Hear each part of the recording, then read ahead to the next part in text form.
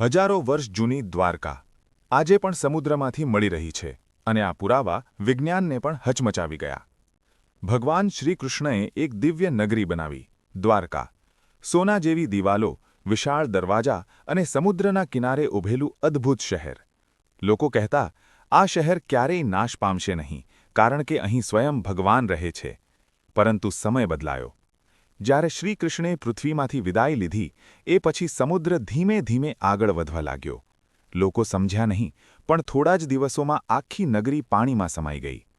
સદીઓ સુધી લોકો માની બેઠા, આ માત્ર એક કથા હતી. પરંતુ પછી સમુદ્રની અંદર સંશોધકોએ દિવાલો, રસ્તાઓ અને પ્રાચીન અવશેષો શોધ્યા.